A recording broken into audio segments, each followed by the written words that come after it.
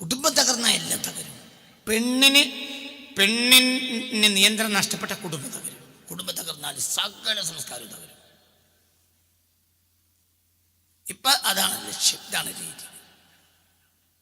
ഇപ്പൊ സ്കൂളിൽ ഗർഭനിരോധന ഉറകൾ വിതരണം ചെയ്യുന്നു എന്നൊരവസ്ഥ വരിക എന്ന് പറഞ്ഞാൽ നമ്മളത് പുരോഗതിയായിട്ടാണ് പറയുക. എന്നാലും കുട്ടികൾക്ക് പിള്ളയിലുണ്ടാവില്ലല്ലോ. പറയുമ്പോൾ എവിടെ ന്യായം ഉണ്ടല്ലോ. എന്തിനാ ചെയ്തത്? അത് പിന്നെ എന്താ പറയുക, ജാരസന്താനങ്ങൾ ഉണ്ടാകാതിരിക്കാൻ വേണ്ടിയിട്ടാണ്. ഒന്ന്. പിന്നെ ജനസംഖ്യ നിയന്ത്രണം. സർക്കാരിനിപ്പോൾ ജനങ്ങളെ സിറാത്തുൽ മുസ്തഖീം കയറ്റണമല്ലോ എന്നല്ല ഉദ്ദേശം. ജനസംഖ്യ നിയന്ത്രണം. ഇവർ ഈ വൃത്തികേട് ചെയ്യുന്നതിനനുസരിച്ച് ഇവിടെ എന്ത് കൂടും? കുട്ടികൾ കൂടും. ജനസംഖ്യ നിയന്ത്രണമാണ് സർക്കാരിൻ്റെ ലക്ഷ്യം. പക്ഷെ അതോടുകൂടെ ഇവിടെ എന്ത് തകരും? ഞാൻ ഇന്നലെ ഒരു കാര്യങ്ങളോട് പറഞ്ഞു, സ്ത്രീകൾക്ക് ജോലി ഉണ്ടായാൽ കുടുംബം തകരും.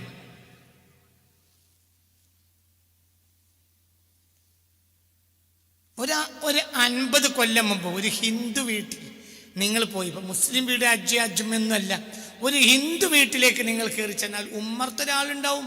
അയാളോട് നിങ്ങൾ സംസാരിക്കുള്ളൂ, സ്ത്രീയോട് സംസാരിക്കൂല.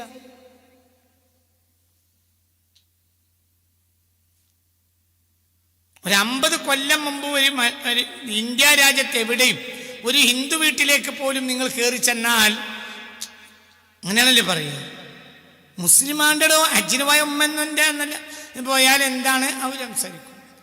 എന്തെങ്കിലും വല്ല അത്യാവശ്യ കാര്യം ഈ കാരണം ഒരു അകത്ത് പോയി സ്ത്രീകളോട് സംസാരിച്ച് തിരിച്ചു വരും. അയാൾ സംസാരിക്കാം. ഇനി കാരണവരില്ലാത്ത നേരത്താണെങ്കിൽ അവിടുത്തെ ഏറ്റവും വൃദ്ധയായ സ്ത്രീ മുഖം മാത്രം ഇങ്ങനെ വാതിലൂടെ ഇങ്ങനെ പുറത്തേക്കിട്ട് എന്തോ നീക്കും അല്ലേ? ആ സംസ്കാരത്തെ നമ്മൾ എത്ര ബഹുമാനിക്കണം? ആ സംസ്കാരത്തെ നമ്മൾ എത്ര ബഹുമാനിക്കേണ്ടത്? ഇവിടുന്ന് അവർക്ക് അവിടുന്ന് ഇപ്പോൾ ഉള്ള ദൂരം എത്രയാണ്? ഇപ്പൊ ഹിന്ദു മുസ്ലിം ക്രിസ്ത്യാനി വ്യത്യാസമുണ്ടോ? പെണ്ണൊക്കെ പുറത്തല്ലേ? പെണ്ണുങ്ങളൊക്കെ ജോലിക്കാരാണ്. പെണ്ണുങ്ങൾ ജോലിക്കാരായാൽ കുടുംബം വന്ന് തകരും. ഏതോ ഒരു പെണ്ണിക്കിന് ജോലിക്ക് പോയതിൽ ഇപ്പം അതിൻ്റെ കുടുംബം തകർക്കാൻ വേണ്ടി കാസിമി പറഞ്ഞു എന്ന് വിചാരിക്കരുത്. ഒരു വ്യക്തിയല്ല ഇവിടെ വിഷയം, ഒരു സമൂഹത്തിൻ്റെ രീതി അതായാലും അങ്ങനെയാണ്. പണ്ട് അങ്ങനെയല്ല. പെണ്ണുങ്ങൾ എവിടെയാണ്? റബ്ബത്തുൽ ബൈത്ത്, വീട് നിയന്ത്രിക്കും. റബ്ബത്തുൽ ബൈത്ത്, വീട്ടിൻ്റെ അധികാരി ആരാ? പെണ്ണാണ്. റബ്ബത്തുൽ ബൈത്താണ്, വീട്ടിൻ്റെ അധികാരി പെണ്ണാണ്.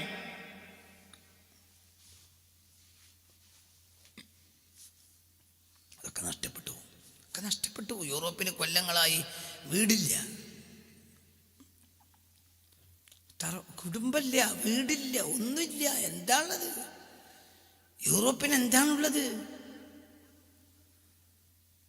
സമാധാനമില്ലല്ലോ. അതുകൊണ്ട് അവർ സമാധാനത്തിന് വേണ്ടി ഓടി. രജനീഷിനെ കണ്ടപ്പോൾ അവർ എന്തുകൊണ്ടാണ് രജനീഷിന്റെ പിന്നാലെ അവർ കൂടിയത്? രജനീഷിന്റെ പിന്നാലെ അവർ കൂടിയത് എന്തുകൊണ്ട്? ഒരു ഭാരതീയനാണ് രജനീഷ്. ഒരു ഭാരതത്തിന്റെയും യൂറോപ്പിന്റെയും ഇടയിലോ മധ്യവർത്തിയാണ് രജനീഷ്. ഭാരതീയ തത്വങ്ങൾ കുറച്ചറിയും, യൂറോപ്യൻ സംസ്കാരങ്ങളും അറിയും. അപ്പോൾ അവർക്ക് നല്ല ഉൾക്കൊള്ളാനായി. അവർക്ക് ചേഞ്ചൊന്നും വരുത്തേണ്ടതില്ല, എന്നാൽ തത്വചിന്തകൾ കിട്ടുകയും ചെയ്യും. രജനീഷിന്റെ സ്പേസ് എന്നാണ് 20-ാം നൂറ്റാണ്ടിൽ അങ്ങനെ ഒരാൾ ഉണ്ടായേ പറ്റൂ. രജനീഷിന് കൃത്യമായ സ്പേസിൽ വന്ന ആളാണ്. രജനീഷിനെ കേട്ടിട്ടില്ലേ? എന്തിനാ നിങ്ങളൊക്കെ ജീവിക്കുന്നത്? രജനീഷ് എന്ത്? ഓഷോയാണ് രജനീഷ്. ഓഷോ കേട്ടില്ലേ? ഓഷോ യൂറോപ്യനായ ഭാരതീയനാണ്. എന്താ ഓഷോ പറഞ്ഞത്? വിവാഹം കഴിക്കരുത് എന്ന്. നിങ്ങൾ വിവാഹിതരായാൽ അന്ന് നിങ്ങളുടെ സന്തോഷം നഷ്ടപ്പെടും.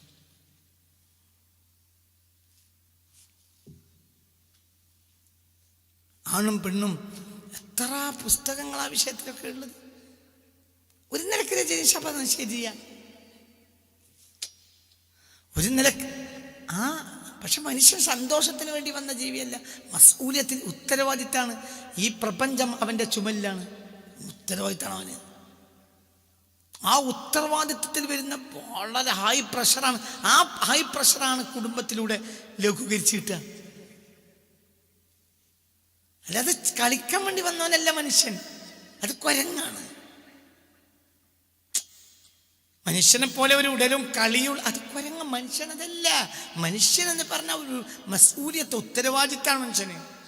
അപ്പൊ മനുഷ്യന് ഹൈ പ്രഷർ ഉണ്ടാവും. ഹൈ പ്രഷർ ഉണ്ടാവണമെങ്കിൽ തണുപ്പിക്കണം.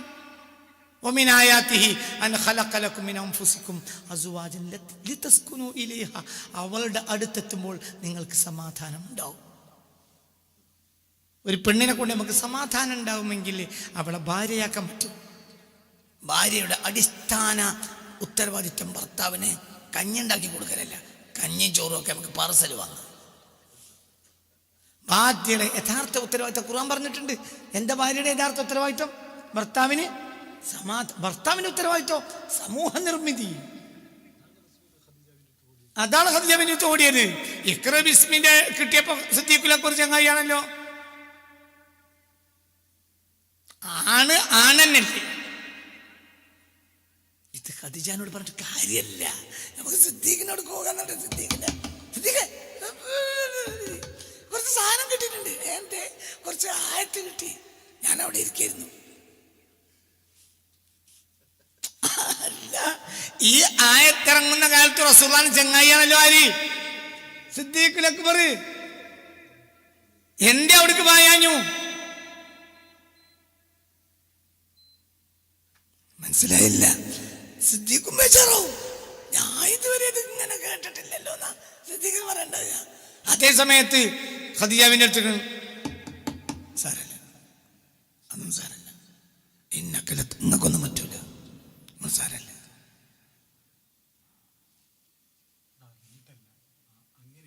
അതാണ് സ്ത്രീ. അതൊന്നും അതിന്റെ അർത്ഥം റസൂലുള്ളാഹിനേക്കാൾ അറിവുണ്ട് ഖദീജ ബീവിക്ക് അല്ല. അതാണ് സ്ത്രീയുടെ ഉത്തരവാദിത്തമാണ്. നാളെ ബോംബിടുക എന്ന് പറഞ്ഞ് ബോംബിടുന്നുണ്ട് എന്ന് പറഞ്ഞ് പൊരയൊക്കെ കയറി ചെന്നാലും ഭാര്യ എന്താ പറയണ്ട്? അത് നാളത്തെ കാര്യമല്ലേ, നിങ്ങൾ കുറച്ച് കഞ്ഞി കുടിക്കും. അത് നാളത്തെ കാര്യം, അത് നാളത്തെ വിഷയമല്ലേ. ഇപ്പം നിങ്ങൾ ഇപ്പോഴത്തെ തലമുണ്ടാക്കണെന്തിനാ? നിങ്ങളൊന്ന് കഞ്ഞി കുടിക്കും. ഞാൻ വെള്ളം മുക്കി തരാൻ ലേശം ഒന്ന് കുളിക്കി. ഞാൻ അപ്പോഴത്തേനും കഞ്ഞി എടുത്തേക്കാം. കുളിച്ച് വന്നിട്ട് വേഗം നിങ്ങൾ കഞ്ഞി ഒന്ന് കുടിക്കി. എന്നിട്ട് ലേശം ഒന്ന് പതപ്പെട്ട് കിടന്നത്. റസൂലുള്ളാഹി ഖദീജ ബീവിയോട് പറഞ്ഞു, ഖദീജ അത് പഠിക്കുന്നല്ല, ഞാൻ എഴുതിത്തരാ അല്ലെങ്കിൽ ചെയ്തെടുത്തോ, പഠിക്കുന്നല്ല, ജമ്മിലീനി ഇനി ഒന്ന് പുതപ്പിട്ട് മൂടിക്കൊണ്ടാണ്. അതാ ഖദീജന്റെ ഉത്തരവാദിത്തം. പുതപ്പാര ഖദീജന്നെ. നീ പുതപ്പും ഖദീജയാ.